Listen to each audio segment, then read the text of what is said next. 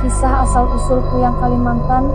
Hujan baru saja reda di sebuah kampung tua di pedalaman Kalimantan. Kabut tipis menggantung di antara pepohonan, dan suara jangkrik bercampur dengan lolongan anjing terdengar dari kejauhan. Malam itu, udara begitu berat seakan menyimpan rahasia kelam yang siap terungkap. Di dalam sebuah rumah panggung kayu, seorang perempuan cantik bernama Raras duduk sendirian. Wajahnya pucat, tapi matanya menyala penuh ambisi. Ia menatap sebuah mangkuk berisi air bunga 7 rupa. Sementara bibirnya berkomet-komet membaca mantra. Darah kehidupan, kekuatan abadi, wajah yang tak pernah layu. Datanglah padaku.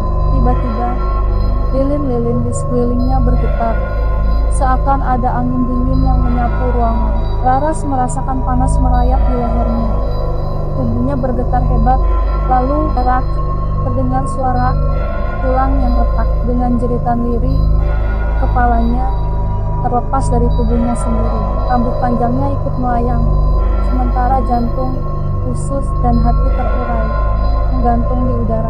Tubuhnya yang tanpa kepala jatuh terduduk, diam, tak bergerak. Kepala Raras melayang keluar jendela, terhuyung-huyung di udara seperti balon mengerikan. Matanya merah menyala, mulutnya terbuka, memperlihatkan gigi yang meneteskan air liur bercampur darah. Perburuan malam di rumah lain, seorang ibu baru saja melahirkan. Bayi itu menangis pelan.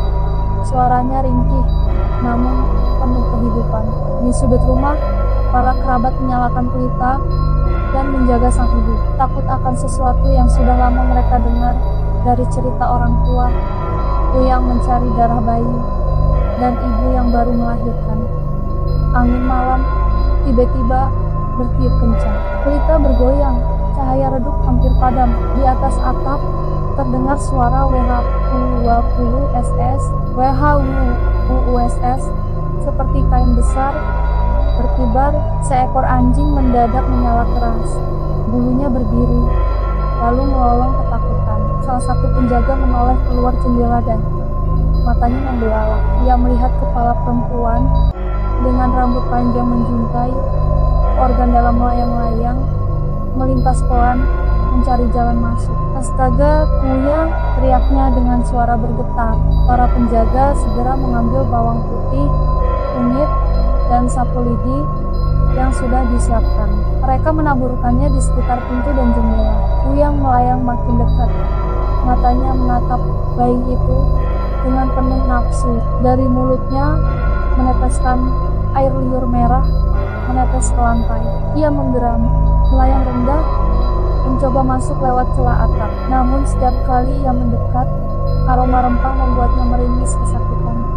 Tubuhnya bergetar. Dengan marah ia melayang tinggi lagi, melingkari rumah sambil mengeluarkan suara mendesis. Suara itu menembus telinga semua orang, membuat bulu kuduk mereka berdiri.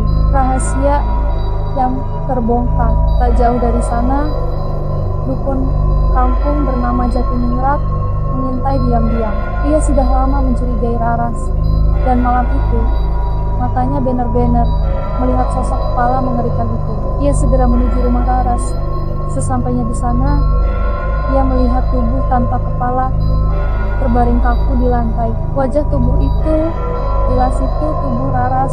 Tanpa ragu, Jatiningrat menaburkan pecahan kaca, paku, dan jarum ke sekujur tubuh tanpa kepala itu. Ia tahu, jika kepala Kuyang kembali sebelum subuh, ia harus menyatu dengan tubuhnya. Tapi bila tubuhnya terluka atau terhalang, ia akan binasa. Menjelang fajar, Kuyang kembali, ususnya tergerai dan matanya panik. Ia melayang masuk rumahnya sendiri, mencoba menyatu dengan tubuhnya. Tapi begitu ia mendekat, ususnya robek terkena pecahan kaca. Darahnya menetes deras. AEHI ESA 12A AGA, jerit Kuyang itu. Suara menggelegar sampai keluar rumah. Ia berusaha memaksa masuk ke tubuhnya, namun tubuh itu menolak. Pecahan paku menusuk, membuat tubuhnya terbelah, dan kepalanya melayang liar. Api tiba-tiba muncul dari dupa dan lilin yang terbakar, menjalar ke dinding rumah kayu. Dalam teriakan panjang yang memekakkan telinga, Raras terbakar bersama tubuhnya sendiri. Api membumbung tinggi, menyisakan abu hitam yang berterbangan ke angin malam. Sejak saat itu, warga kampung percaya bahwa roh Raras tidak pernah benar-benar hilang. Ilmu hitamnya tetap ada, diwariskan pada orang-orang yang haus akan kecantikan dan kesaktian. Hingga kini, ketika seorang ibu melahirkan di kampung-kampung Kalimantan, mereka masih menyalakan api, menabur bawang putih, dan meletakkan sapu lidi di dekat pintu takut kalau kuyang datang melayang, mencari darah segar untuk mempertahankan keabadian. Nah, sampai di sini dulu ya cerita kuyang kita hari ini. Tapi tenang aja, masih ada kelanjutannya di episode part 2 yang pastinya bakal lebih seru dan bikin merinding. Jangan sampai ketinggalan ya. Buat kalian yang penasaran sama kelanjutan ceritanya, pastikan terus pantau channel ini. Caranya gampang banget, tinggal pencet tombol subscribe yang ada di bawah video ini. Terus aktifin juga lonceng notifikasinya biar dapat update terbaru. Jangan lupa juga kasih like dan komen pendapat kalian tentang cerita ini. Komentar kalian sangat berarti dan bikin konten-konten selanjutnya jadi lebih baik lagi.